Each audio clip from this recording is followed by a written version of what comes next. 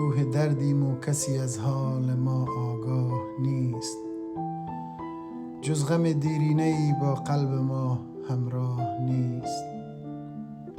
آسمان تیره بختی ابر رحمت برده است.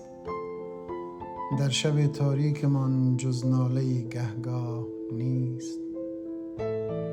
با همین حال خراب خود گرفتاریم، لیک این همه دلواپسی از بحر ما دلخواه نیست.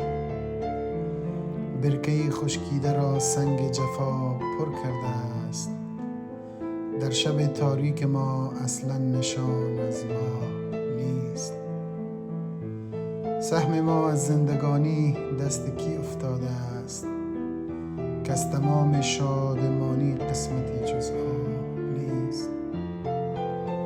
بار اندوهی به دوش و دل پریشان و حزین، طاقتی دیگر برای این غم جانکاه نیست.